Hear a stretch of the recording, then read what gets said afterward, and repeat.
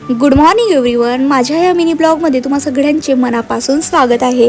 So मंडळी, मी इथे बनवत होती डुगूसाठी उत्तपम, तर त्याचीच तयारी सुरू होती. म्हटलं चला त्या अगोदर ना मी चाय ब्रेड वगैरे खाऊन घेते. मस्त चाय ब्रेड वगैरे खाऊन घेतला आणि त्यानंतर डुगूचा नाश्ता तयार करत होते. तर इथे मी मस्त असं गाजर, त्याच्यानंतर टमाटर, कढीपत्ता, कांदे हे सगळं एकत्र टाकून घेतलेलं होतं. त्याच्यानंतर चवीपुरते मीठ, हळद, मिरची पावडर आणि थोडासा जिरासुद्धा टाकून घेतलेला होता. आणि त्यानंतर ना थोडा इनोसुद्धा टाकून घेतलेला होता. आणि ना त्यानंतर इकडे मी तडका दिलेला होता मोहरीचा, आणि तो पूर्ण तडका मी त्या मिश्रणामध्ये टाकून घेतलेला होता. सो मंडळी, तुम्ही कशा प्रकारे उत्तपम बनवता तर ते कमेंट करून नक्की सांगा, ओके. आणि अशा प्रकारे मी जो उत्तपम बनवते ना तर डुगूला फार आवडतो. आणि बाहेरपेक्षा तरी घरचं उत्तपम टेस्टी तर असतोच. आणि ही माझी इझी रेसिपी आहे, तर तुम्हीसुद्धा नक्की ट्राय करा. आणि त्यानंतर मी हे सगळं मिश्रण 10 मिनटं बाजूला ठेवलेलं होतं. म्हटलं चला त्यावेळेपर्यंत मी पोळ्या वगैरे बनवून घेते. आणि ते पोळ्याचं पीठ वगैरे भिजवून घेतला आणि मस्त अशा पोळ्यासुद्धा बनवून घेतलेल्या होत्या.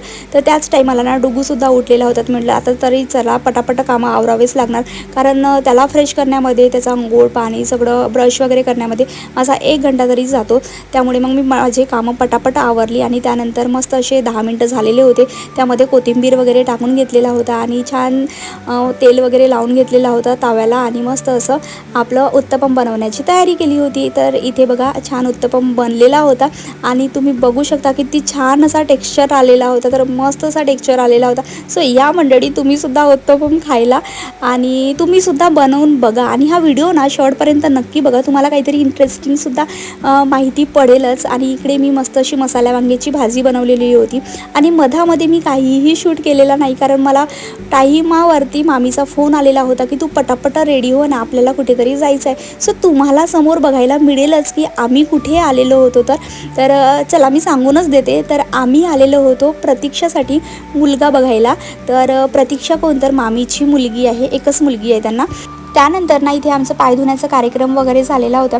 आणि ना मंडळी, मी इथे जास्त काही व्हिडिओ शूट करू शकले नाही, कारण माझ्यासाठी हे सगळं काही नवीन होतं, लोकं नवीन होती, घर नवीन होतं. त्यामुळे मी कसे व्हिडिओ शूट करणार ना. आणि ना मंडळी, तुम्हाला समोर छान छान व्हिडिओज बघायला नक्कीच मिळेल.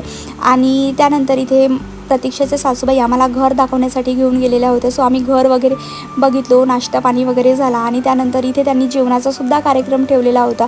सो जेवण वगैरे करून घेतलेलं होतं. आणि ना तुम्हाला हा व्हिडिओ कसा वाटला ते कमेंट थ्रू नक्की सांगा, ओके. आणि व्हिडिओलासुद्धा लाईक करायलासुद्धा विसरू नका. त्यानंतर इथे छान हळदी कुंकवाचासुद्धा कार्यक्रम झाला. आणि फायनली आम्ही निघालो घरी जायला. सो मंडळी, भेटूया नेक्स्ट ब्लॉगमध्ये. तोपर्यंत बाय बाय.